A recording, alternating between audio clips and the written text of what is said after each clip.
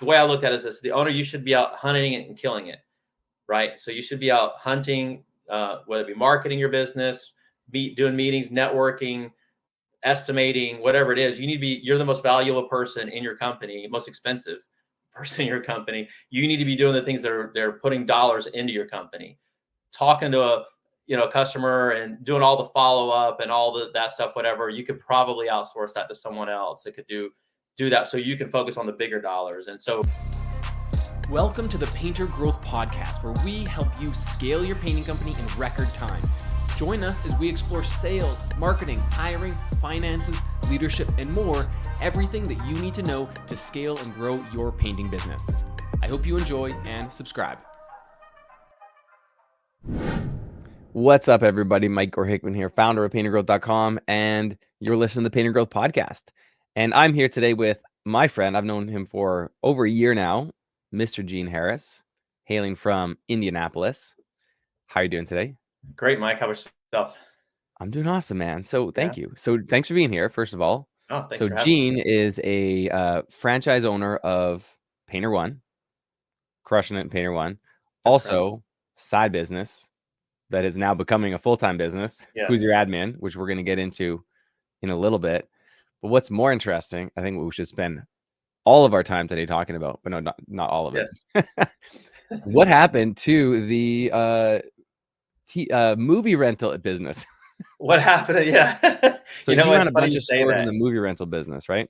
Every single person I come in contact with that I mentioned that I used to run Hollywood videos, they're like, "Oh, I wish it was here. I wish you could do it again." Well, I'm like, "Well, apparently not enough because they're gone." So I don't know. Yeah, it was. Honestly, that's a great study into a business that did not keep up with the times. One of those, it'll never change kind of motto, and had this little guy. What was it? Netflix? I forgot what it was called back then, but basically mailing the CD to your home. And they're like, "Oh, that'll never work." And then they had the vending machines.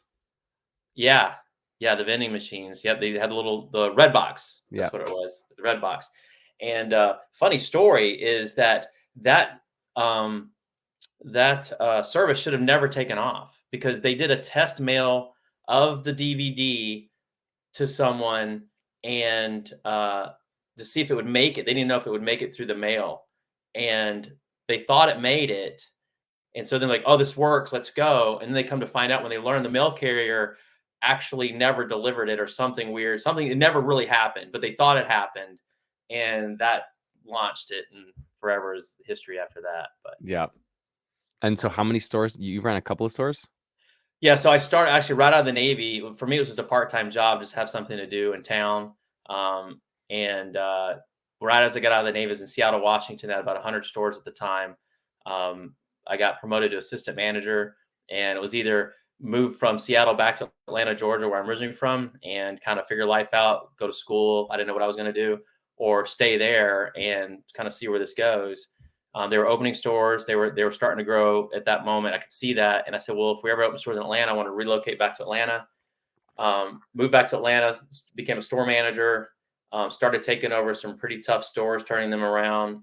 And that's kind of when I realized I kind of got a gift for this. I wasn't really formally educated, but I was running circles around guys that were 20 years my senior at that point. And then got promoted to a district manager in Tampa, Florida. 13 retail stores. And was weird was about 9 months later goes by, and my boss comes to me and he says, "Well, the president and SVPs were arguing about you because the president wants to give you a $5,000 bonus." And I was like, "Well, why is that?" He said, "Well, when you took over this district, it was the top 10 least profitable districts in the company. And in 9 months, we were the number one most profitable district in the company, with no control over price, no control over product, and no control over advertising." And so that's when I really realized, all right, I kind of know what I'm doing here. I've got something figured out. So yeah, so I ran 13 stores, 350 employees down in Tampa. And so how did you transfer that into a painting business? How'd you get into painting from there? Oh, well, I didn't just jump right into paint. That was in the 90s. I got out of Hollywood video in 2000 just to go back to school to get my degree. So I hadn't done that yet. And got a job leasing apartments just to have something to do while I went to school. 3 years later, I got my bachelor's degree. I was also been rising up the ranks. And I was a regional property manager for one of the largest property management companies in the country, and decided to do that. So I did multifamily apartment, everything you can think of in apartments, for about 20 years. And then fast forward 2000, oh, it was probably before this, but middle 2015, 16, something like that. Just doing the 401k one day, looking at retirement, figuring numbers out. And I have two boys. One's 20, one's 17. My 17-year-old special needs with Pitt-Hopkins syndrome, and realizing that he's never going to leave us.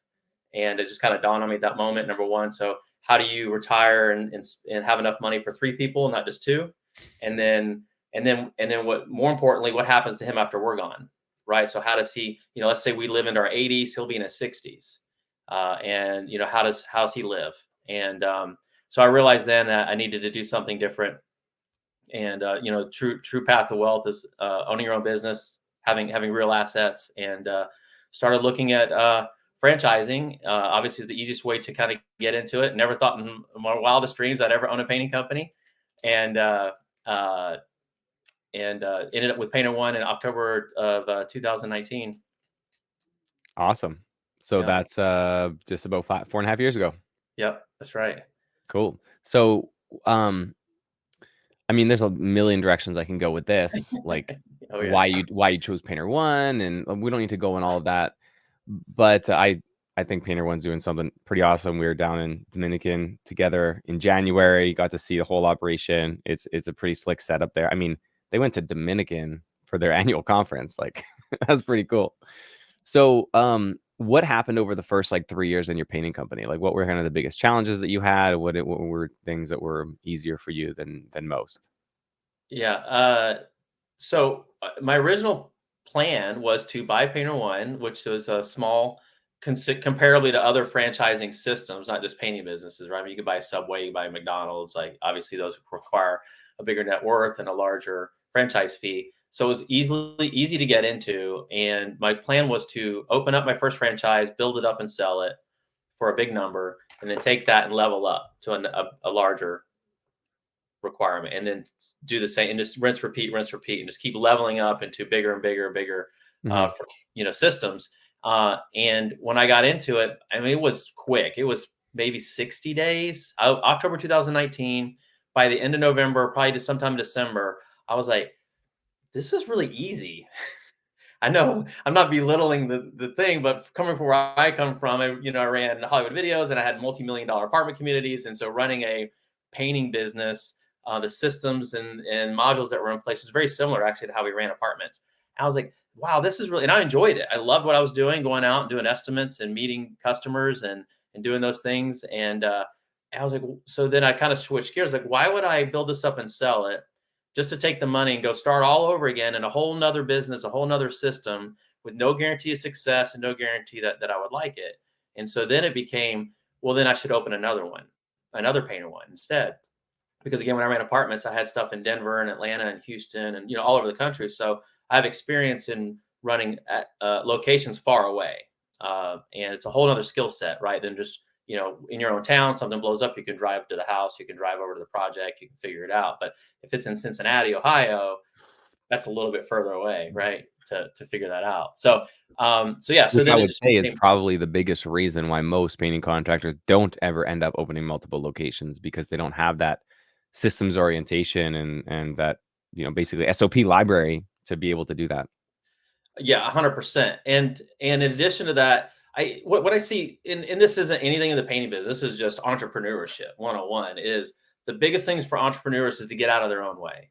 They think they have all the knowledge, like you said, SOPs. So I don't even have SOPs. It's all right here, right? And so they are the business, and if anything happens to them, there's no business. They are the guy. They're the name of the business. They're everything in the business, et cetera. And they haven't set it up where, if something happens to them, the business continues. To me, that was my goal number one, was how do I get Indianapolis running itself so then I could leave Indy and go over to Cincinnati and start another, and I don't have to worry about Indy anymore. And it's, again, it just comes back to, it goes all the way back to Hollywood video. I ran Why one did you Hollywood. decide to do 2 locations instead of just growing Indianapolis? Because that's a huge market, right? Like, that could easily Yeah. hold a $10 million a year plus painting company.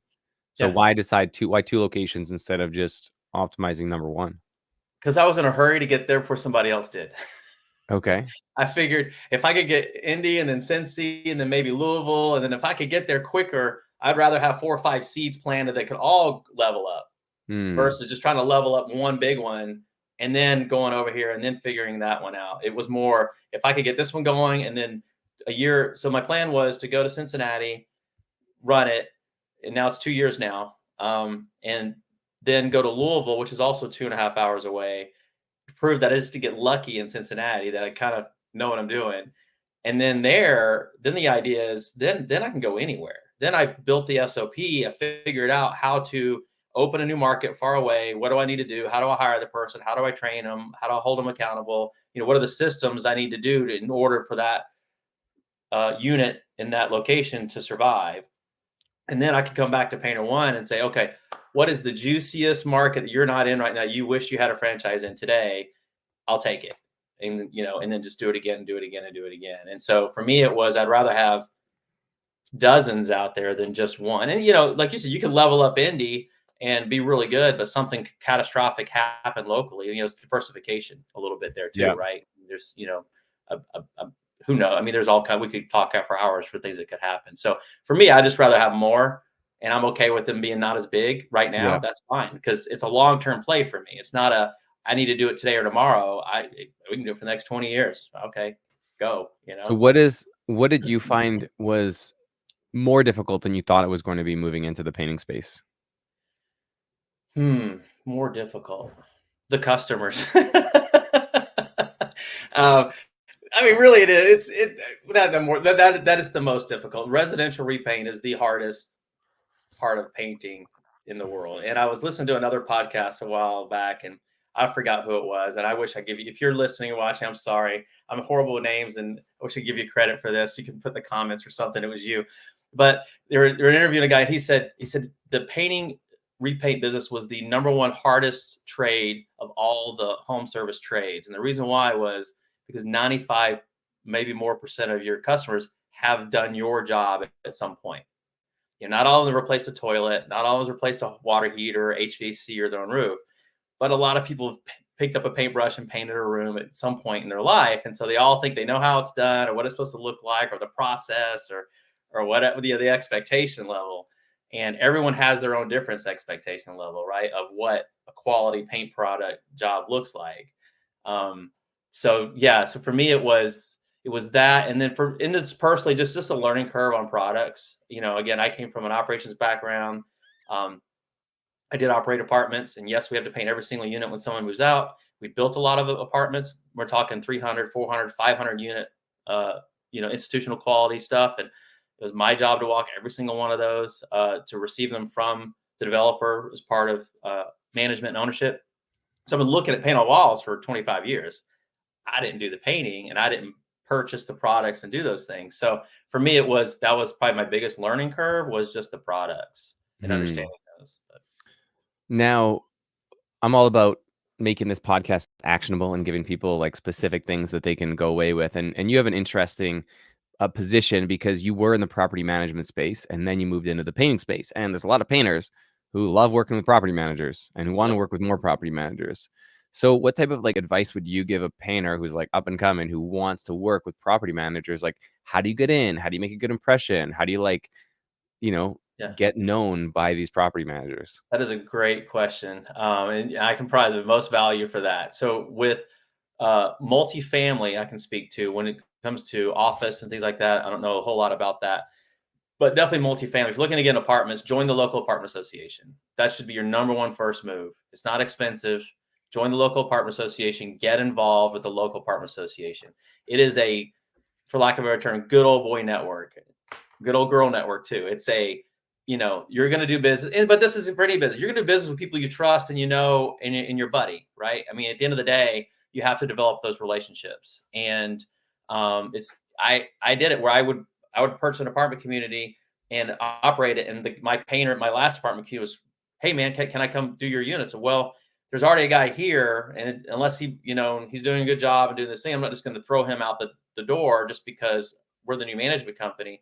I said, but when he blows up, and he usually does, you're up. And sure enough, I've had it happen multiple times where it might not be 2 or 3 months, it might be 6 months, might be a year, but eventually things come to a head, and then all right, you're up, you're in. But join the local apartment association, get involved in all the events. They have tons every month. They have their larger apartment associations have something going on. Chili cook-offs and cornhole events and golf tournaments and the trade show is great, and you should do that. But I'm telling you right now, the business doesn't happen at the trade show. It happens outside the show. It happens at the dinners and the happy hours and those things. And so being there, they keep seeing you over and over, getting to know the people on a personal level. That is by far the number one best way to get your foot. So how about like sponsoring lunches, or like what would your strategy be if you go into one of these networking events and you don't know anybody? Yeah, I mean, if you wanted to do that, but you need to have the opportunity, you need to be there, and you need to have the opportunity to say something. You got to open your mouth and walk around and just walk right up and introduce yourself. And the point is, the industry's used to that. All of my friends today are all vendors from the apartment business. I mean, just about every single one of them are vendors that I met 20 years ago that we still play golf, we still hang out, we still meet up and whatever. And we just became friends. And one of my best friends, I was literally at a trade show in Houston, Texas, and I'm at the hotel bar. I don't know anybody.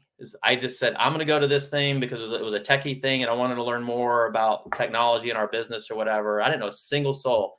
And I'm just sitting there, 5:00 right before dinner, just having a beer or something. This guy walks up, hey, introduces himself to me. I was like, hey, what's going on? He's like, what do you do? I'm like, oh, vice president's manager. Oh, cool, blah, blah, blah. It's one of my best friends. He spent the night at my house. I mean, I've seen his kids. He knows my kids. This was 13 years ago, something like that. But he just walked up to me and said, hi, introduced himself, and we've been friends ever since. And so, yeah, you just got to be there and just not. It sounds like don't put like anyone in particular on a pedestal, but like just go in there, introduce yourself, and just strike up just genuine conversation.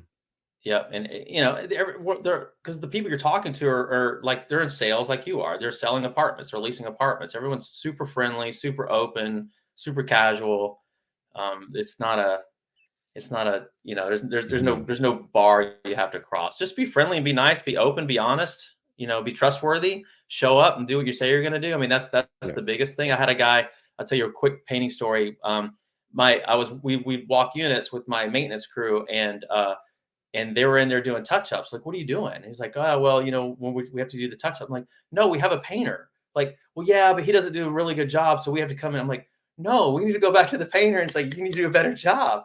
So I go back to the painter. I'm like, hey, it's the head guy. He has guys that work for him. I'm like, hey, this is my guy. I told him no more touch-ups. Like, if we, okay. He's like, I said, so we have something, we're going to call you. Okay.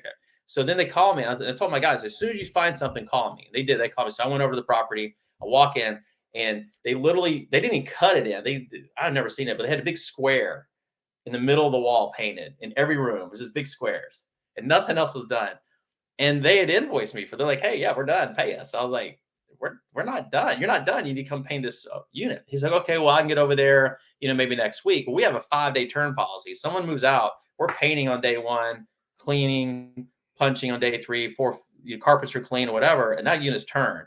And I told him, I said, well, look, I can't wait till next week. So we'll go ahead and paint it, but I'm not paying you for this. We're talking one unit, one little unit.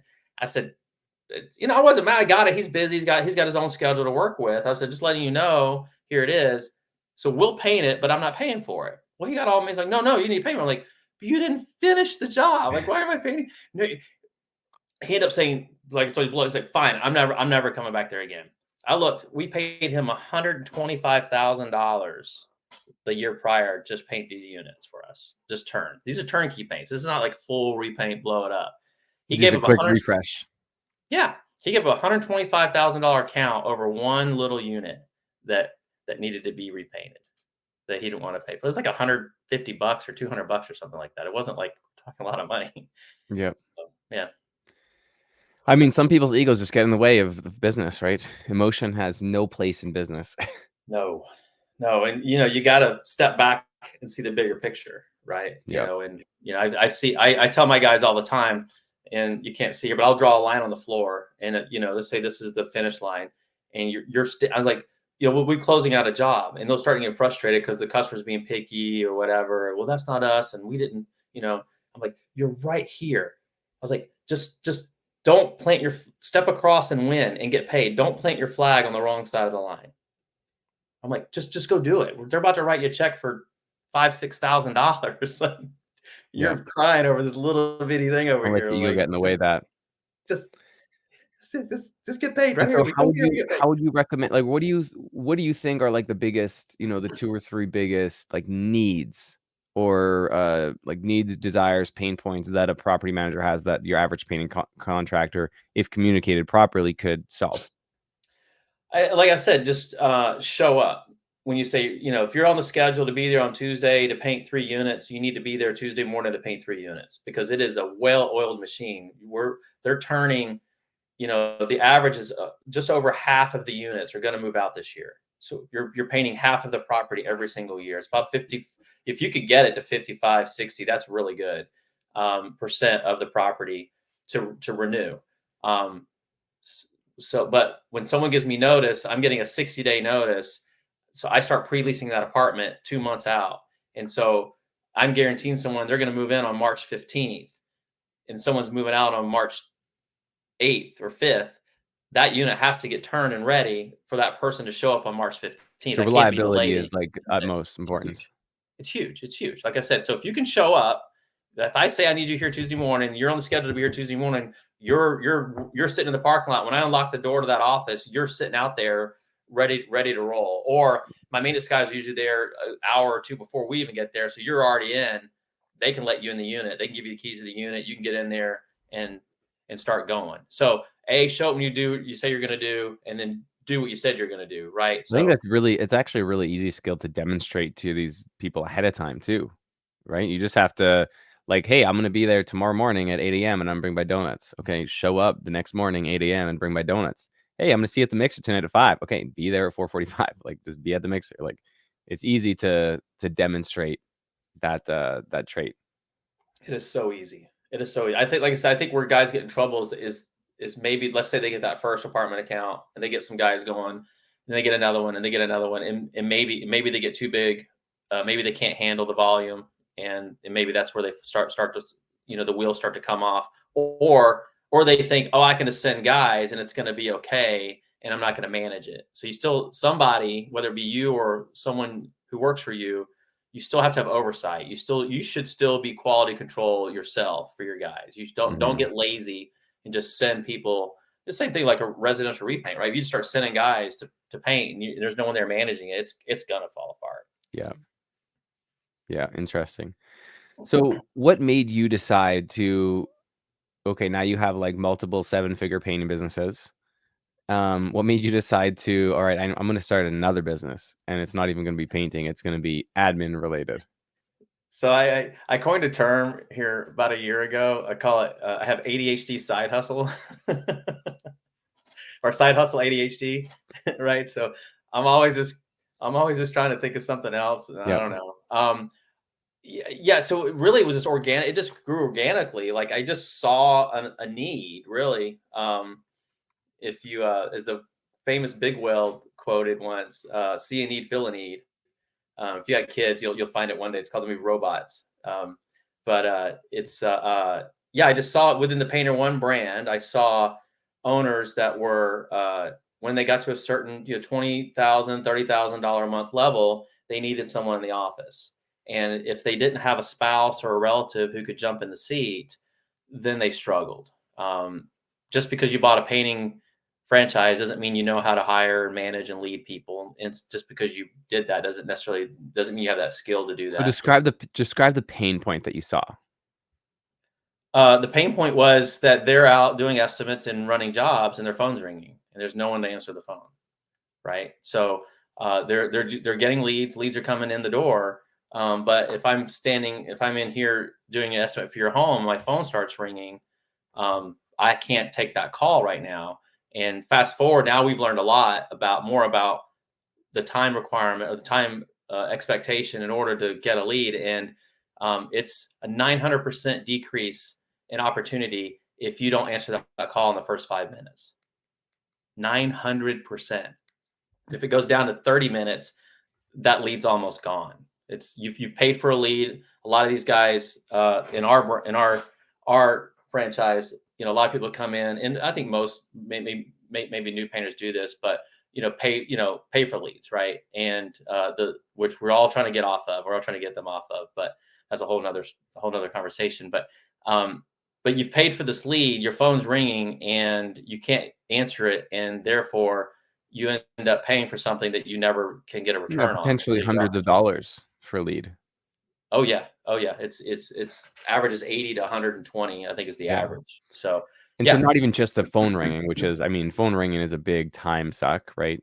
Regardless if you're doing something else or not. But whenever the phone rings, that you have something else to do as a result of that phone call, whether it's update the CRM or send an email or send a quote or book an estimate. So there's like the admin associated with answering the phone as well.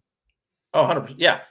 There's well, not only that, but if you do answer the phone, you're probably in your car or truck going to the next place, and so you don't sound very professional either, right? The wind's blowing in the background, you got all this going on, you're like, what is this?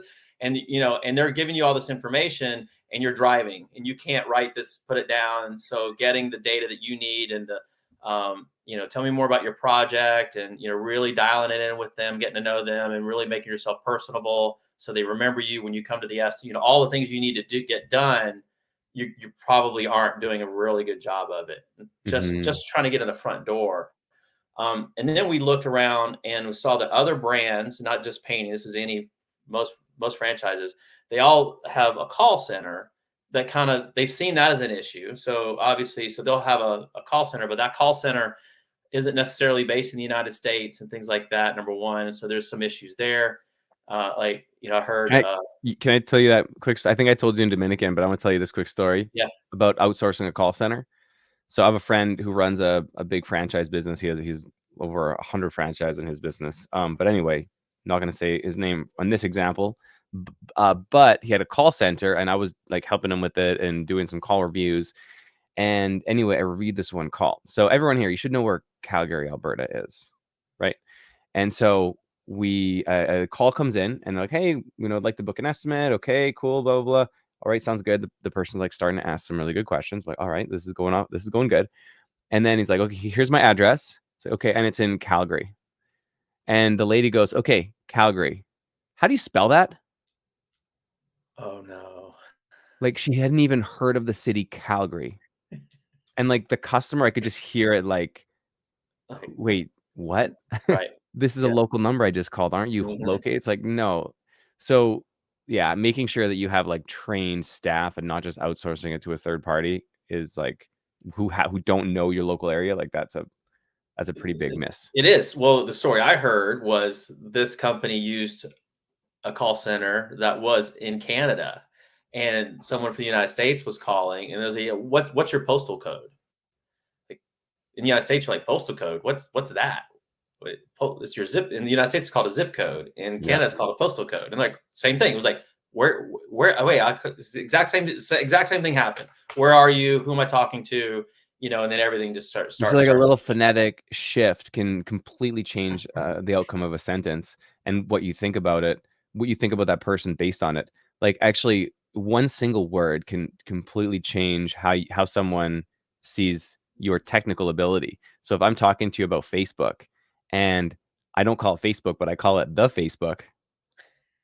It's like it's just throwing in the word the, but like all of a sudden you're like, oh, you are a boomer. You have no idea what you're talking about. Exactly. So it was the inbound stuff. But then the other thing was each owner in our branding, they all can kind of do things a little different. Maybe some of them do this, maybe some of them do cabinets, maybe some don't, et cetera, whatever. And so again, in a call center, it could drop in anyone's lap. And that person having that knowledge of what that owner does is not happening. And so they're being sent out and time wasted for them to go do estimates that they shouldn't be doing, or they shouldn't be there, or whatever. Or maybe they have a job minimum or whatever it is. So being able to really understand and work on behalf of you personally, it was a different model. And then two, So we take the ball when it comes in, and then we set up the appointment. Once the estimate's completed, then we take the ball back, and then we do all the follow-up. So again, you don't have to work, so the way I look at it is this: the owner, you should be out hunting it and killing it, right? So you should be out hunting, whether it be marketing your business, doing meetings, networking, estimating, whatever it is. You're the most valuable person in your company, most expensive person in your company. You need to be doing the things that they're putting dollars into your company, talking to a customer and doing all the follow-up and all that stuff. Whatever, you could probably outsource that to someone else that could do that, so you can focus on the bigger dollars. And so we do all the follow-up. Hey, Mike was at your house yesterday, just want to make sure you got the quote. Do you have any questions? So we're doing all those things. In addition to the CRM we're using is doing some of those touch points for us as well. CRM can't make phone calls though. Huh? CRM can't make phone calls and build. That's exactly right. Yeah. So we're doing, but it's a multi-layered, right? So we're texting, emailing, phone calls. Well, even then I could call you and say, yeah, I'm having floors put in. I got the quote. I got floors coming in. I'm not sure when that's going to happen. The guy's coming Tuesday. I'm going with you guys, but I need to talk to him first, whatever. And can you call me back on Tuesday? Well, then we need to move all that CRM so they don't get a text message tomorrow. Hey, just want to see you still want to go ahead with your quote. I see that all the time. We take our owners' accounts.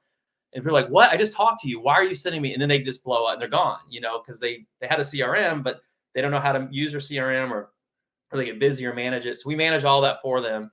And then our goal is to get the deal closed if they haven't closed it already.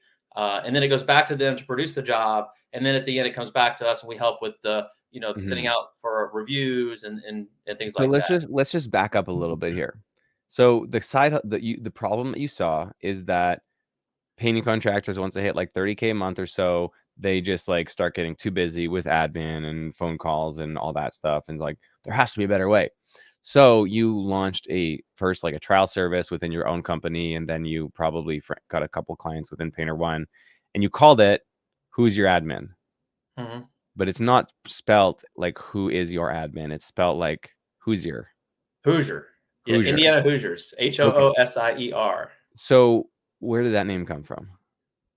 Is my wife's idea, but so the Indiana, a Hoosier is what people from Indiana are called as a slang term. And I'm not from Indiana. We moved here 13 years ago, but it's something about the Quakers or something moved here, and it was their dialect and something they would say when they greeted each other, and that just became a thing. So there's actually a movie called The Hoosiers. The Indiana Hoosiers is the actual mascot for the IU University. So it's an Indiana thing. But it's funny on Play, who's your admin, it kind of, you're gonna pull it up here. Yeah, I'm gonna pull it up here. I get the pun, right? Yeah. I didn't know that it was the official demonym for a resident of the U.S. state of Indiana. That's interesting. There you go. Yeah. Okay, so that works. Yeah. So Hoosier is using the names of numerous Indiana-based businesses and organizations. You should edit it and go including Hoosier Admin based out of Indianapolis. That's right. So, okay. So you start it, and what is I don't even want to go, what is the vision, but like, how is it set up and how does someone interface with Hoosier Admin and what do they do for the company? Like, how does it work? So we provide you with an exclusive admin. So if you hire us today, we would come in and we learn everything about where are you, what are you doing, what do you don't do, et cetera, the CRM. And then we basically serve your clients. And if you got Gene was your admin, then when your customers call in, they always talk to Gene, and Gene always speaks with your customers. So it walks and talks as if I'm sitting in your office. Our admins will actually look up the weather just to see what the weather is, because we've called, Salt Lake City, and like, oh my, can you believe how much snow we got? Like, I know, right? It's crazy. Okay. Yeah. So who are these people that you're hiring for this role? Say again? Where are you finding the team who is calling for this role? ZipRecruiter, Indeed. Okay. What's crazy is what we've realized over the last year or so is the demand for highly educated people to have something to do. what I say by that is we have people with bachelor's and master's degrees. When we were interviewing, we're like, this only pays whatever the pay is, right? Like, this isn't 6-figure. And they're like, oh yeah, I know. And I learned this a long time ago too. Like, I've been managing people for 25 years. There's way more to what people want out of having a job than just a paycheck. There's so many other things that you can provide. And so a lot of our admins want to be home, need a remote type business, that's the other thing I've learned talking to them. They're like, you guys are real remote. There's all these scams running out there. Oh, you can make all this money working from home, but they're not real, or they're kind of scammy or whatever. So what we're providing to them is a real business where we really do serve people. And, but for what they get is they can be home with their kids. Some people have special needs kids or little kids, and there's more lifestyle being home, or they've relocated somewhere remote because their husband took a job and now they can't get the job they used to got where they were. So, we're helping them out, and then they're helping us out because they're like way overqualified. I mean, they're just, and so our customers are benefiting from that. They're super like, wow, just the level of, what's the word I'm looking for? Just the quality that they're getting on the phone. Yeah. Someone who speaks getting intelligently. The virtual assistant from wherever. It's just like local people. Yeah. And so what are the various tasks that they are doing for your clients? I can take it off the top of my head. I should have pulled it just up. Walk through the whole lead process from like new lead, like just go through all the different things. So like I said, a new lead comes in. Our goal is to get them on the phone in the first 5 minutes. That's huge. And that's just not my number. You can Google it. There's a couple of studies out there. Harvard Business School did a couple. They've re-updated it here a couple of years ago that talks about that. But our goal is to get them on the phone within the first 5 minutes. Because if you think about it, you've pushed a button, whether they went to your website and they've given your information, or they went to Facebook, or wherever they come from, they come into your CRM. You need a CRM, number one. You absolutely have to have one. And we can help you out with that. But there's a couple of versions out there.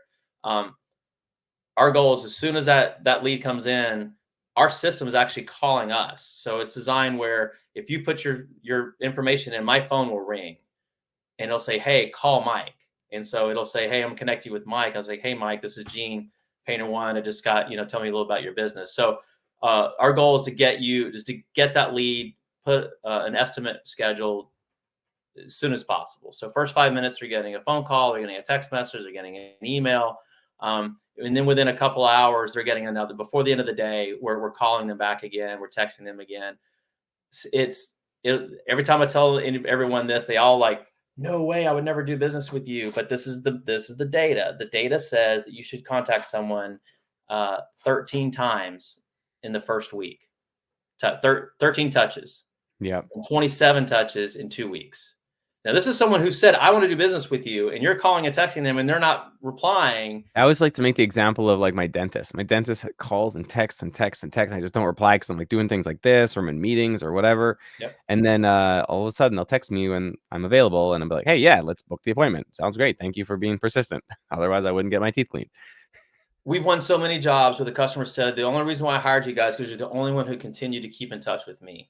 I could tell that you wanted my business. And they say that most companies will stop calling after 3 tries. Most people stop. And they were saying that between the 7th and 9th try there's a 50% opportunity there that's lost if you don't go past 7. Mm-hmm. So anyway, so we're, like I said, the lead comes in, we are relentless and continuing that. I mean, business owners don't have time to do that. Say again? Business owners don't have time to do that. No, not even close. Right. And then, like I said, they're all trying to do it at night when they get home, or they're trying to do it on the weekends or whatever and things. And we know the days. There's certain days that are better for calling people. There's certain times of day that are best to call people. And so we structured our follow-up to hit those peak times, number one. Number two, we've also structured it in a way where it's very casual and conversational. It doesn't sound like it's an auto text thing going out or whatever. So we've set it up so that our leads that come in are more likely to take our call because they already know it's us calling. So we've already kind of done the secret sauce. Like I said, when I started, this was just answering the phone. 2 years later, we went out and learned what the gold standard is to doing follow-up, what the gold standard is to, getting setting appointments to how do you say things, what do you say, et cetera. So, we've done all the hard work. So again, the owner doesn't have to, it's like a bookkeeper, or, you need to hire the qualified people that do those things so you can focus on the big stuff, which is going out and, winning. So setting up leads is one thing. What else? So then it's the follow-up. So then you went done the estimate. Now it comes back to us. Now it's doing all that follow-up again. It's maintaining that contact with that client until they tell us no. And I know it sounds backwards, but obviously we need to get to know as quickly as possible. And what that means is then I stop wasting time on a lead that's not going to go anywhere. I want to focus our time on leads that are going to go somewhere. So we're doing all the calling, all the emailing, all the texting, all the working, and then keeping you in the loop as the owner, right? So we're still talking, probably talk every day, but we definitely meet once a week and we go through the entire pipeline, all the new leads, all the new pendings, all the whatever. And so would your team work with inside whichever CRM the clients are using? Whichever CRM, we'd have to talk about which CRMs those are, et cetera. Yeah. I mean, obviously there are two main ones out there. Or Pink Goat or something. Yeah, that's just saying there are a couple of big ones that we're familiar with out there that we could do for sure. Yeah. Okay. Yeah. So yep. So we work through all those. But my point is, but we keep you in touch. Hey, Mike, I talked to Susan. Who's Susan? Right? Because you're doing somebody else. You don't remember. Oh, yeah, that's right. Yeah, I talked to her. This is what's going on. They're still thinking about it, but they're going to go or they're not going to go or whatever. Is there anything else we can do? And you're like, okay, yeah, let's do this. Let's do that. But you're managing us to manage this for you so you can do what you need. So you're spending an hour a week really going through everything and making sure that, everything's set up the way you want it. But yeah, we're taking care of all that. So setups, follow-ups. What else? And then all the in between, you're running a job, you're on a job, and the customer texts, hey, I need to talk to you, or hey, can you call? Hey, Gene, the painters are here, and I want to make this change to this room. Yep, no problem. I'll give Mike a call and have him call you right back. Again, we're taking that call, so it doesn't go to a voicemail. You miss the voicemail. You have a house on fire over here. You're busy somewhere else. Maybe you're in a bad reception area or something. Who knows what it is? But and then at the end of the day, it's 5:00 and 5 hours have passed. And had you known about it 5 hours ago, now the customer's really mad. Now it's really just all falling apart. Painters have left. And now you're at home dealing with this at 8:00 at night, trying to calm this person down so you can get back out there the next morning. So we're taking all those calls in, communicating, keeping those lines of communication in between your customers and you.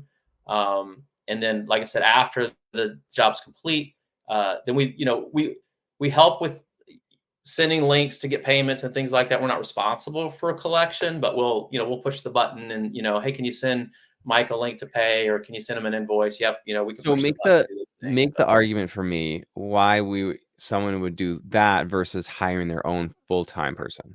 Oh, geez. Well, way cheaper, remarkably cheaper than what it would cost you to hire your own full-time person, number one. So yeah, you're getting a full-time person for a part-time price. That's usually kind of how it works. Number one. Number two, if you want to hire your own person, what's the process? You're going to run an ad, and now you got to spend time going through dozens of resumes. You've never looked at a resume in your life. Maybe you have, but most people haven't. You don't even know what you're looking at. So you start calling these people, and so then you try to do an interview. Probably never interviewed someone, done a real interview. So understanding that process, I call it the mirror test. You end up just whoever fogs up the mirror, someone's willing to take the job. You're like, okay, here you go. So now you set them down in the seat, and now, but you're still out doing estimates. You're still running jobs, but somehow you have to stop and take the time to train this person how to do their job. And then anytime they hit a roadblock, they're calling you, and now they're stuck waiting because they don't know what to do. And you're in an estimate. So now I got to wait 30 minutes to an hour until you get out and free. So your whole business comes to a halt. All right. So then you look at it from the employee's point of view. They start getting a little disgruntled because you don't really have a good training program in place and you haven't figured stuff out yet. And so, but you're trying to teach them, and maybe they get it, maybe they don't. And then what I see a lot of owners do when it starts to slow down, then like, oh, well, I don't need you today. We're kind of slow. So then you start trying to cut their hours because you're trying to save money, not realizing that you're really cutting your own self off. We'll talk about that in a minute. But so then you start kind of giving them the runaround or whatever, and then eventually they don't last long. right? Maybe they last 3 months, maybe last 6, maybe even last a year. But after a while, the wheels are probably going to come off at some point. You're struggling. Your customers are struggling. You're not getting a really good face to your customer either. And you got to start back all over. You got to hire someone. Because if you lose them, then you got to start all over and replace them. And so what happens as the business grows? So they come on at 20, 30K, and say 6 months later, they get to like 80, 90K. So the call volume has tripled. The admin has tripled. How does that work? Because eventually, if you have a fractional admin, they're going to hit capacity. Yeah. So we have a fee structure based on that. And most of our clients don't even get close to even hitting the second or third. I mean, it goes up like 7 or 8, 9 levels.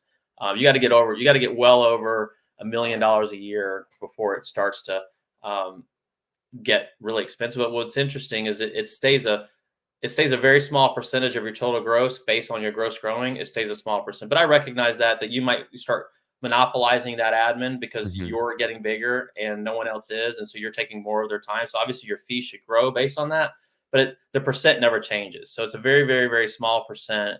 And again, but if you get to $1 million a year, you're probably time to hire your own person anyway at that point. I mean, you're a major organization at that point too. So I'd love it for you to keep us, but yeah, I also see that you're probably ready you figured a lot of things out. Yeah. Right. You figured out, have an estimator. I mean, by then you're like off the tools. You're not running production anymore. You have more time to be able to recruit that position properly.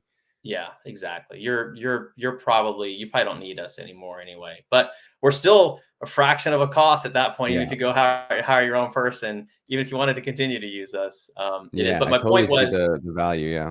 I was going to get back to, you need us more when you're slower. And the reason why I say this is this: it's probably more critical when you're slow that you need someone in the seat, because the way we've priced this is if all we do is win you one job that you wouldn't have gotten, we've paid for ourselves. So if you miss that one job, then you not only don't have us, but you're probably missing other opportunities out there. And so when you're slow is when it's most critical. I mean, every dollar you're spending, it means more than anything, because you need those jobs to come in to grow. That's probably more. It's kind of backwards when you think about it. Most people think they're saving money, and like you're really cutting yourself off at the knees if you don't have someone sitting in that seat. And also, like, if the economy is a little bit slower, quote unquote, you need to be a little bit more aggressive on lead follow-up. People are just going to take a little bit longer to make decisions. And if you stop after 5 calls, you might have just been 1 call away from actually booking that estimate. Or you got to be the first guy in the door right now. I'm seeing it where if we're the first one in the door, we're more likely to win those jobs versus if someone says, they call us today. Today's what is today? Tuesday, Wednesday. Today's Wednesday. Yeah, come next Tuesday. I've had more cancellations if we were waiting 3 or 4 days. By the time we'll send them a text or a call, hey, we're going to be there tomorrow. Like, no, never mind, I already found somebody.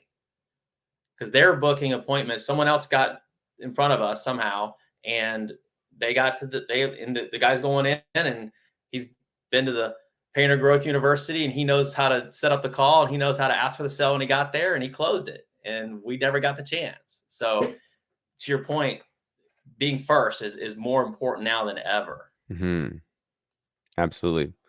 So, I mean, what, how does someone get involved with you guys? Do you do like demo calls, or like how does someone learn more information? Yeah, they can find us on Facebook. Facebook at Hoosier Admin. They can also email me directly if they'd like, Gene, Gene at HoosierAdmin.com. Those would be the 2 ways to connect with us.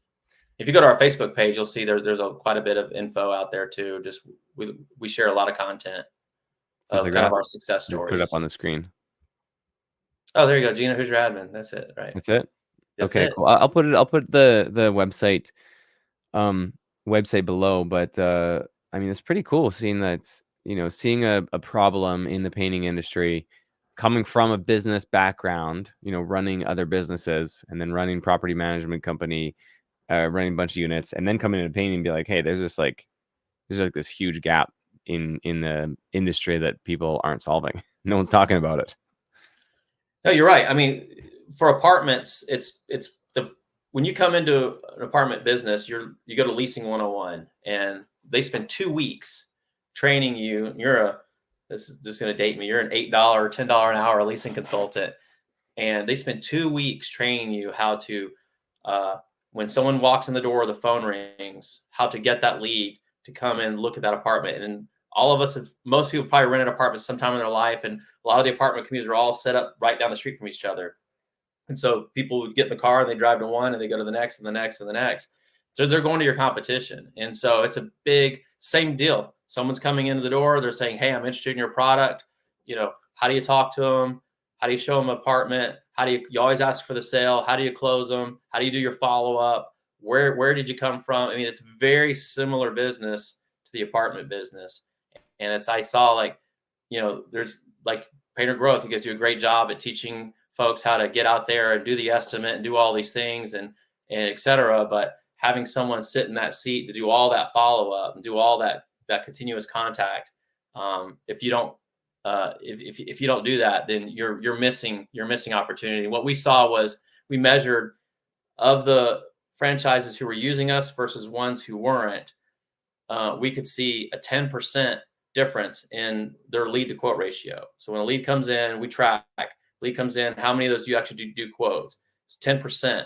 Some higher, some lower, but that's the average. And when you ran the numbers, if all we did was got you a 10% increase from our smallest owner to our biggest client, there was a difference between $33,000 additional income up to $95,000 additional income. There we go. $95,000 additional income in revenue. Monthly just revenue. From having a 10% increase. The Monthly? leads are already coming in. We're just getting you 10% more quotes than you would have gotten, which turn into, if a 30% closing ratio, you can do the math, at an average job value of $3,500. That's going to get you additional running revenue. the metric, running the business by the numbers is so important. And that's what a lot of people struggle with, is knowing what numbers to look at and how to impact them. And yeah, it really along your value chain, if you can just increase one of those numbers or a couple of the numbers, a few percentage points, it can have a huge impact. It's huge. Yep, you're right. And the one other thing I was going to say is that there's a lot of things in business that you could be doing. You probably are doing some of them, but because you're doing so many of the things, you're probably not doing any of them as good as they could be.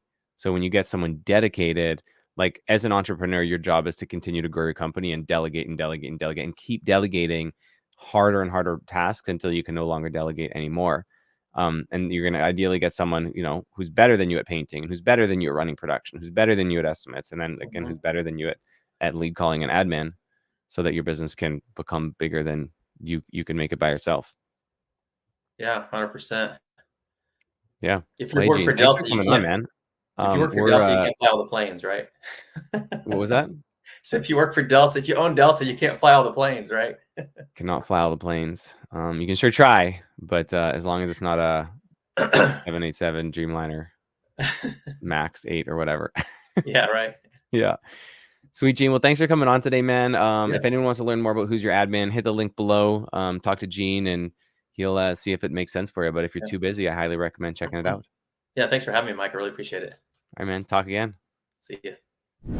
Thanks for listening to the Painter Growth Podcast. If you want to grow your painting business, go to www.paintergrowth.com or click on the top link in the description. Talk soon.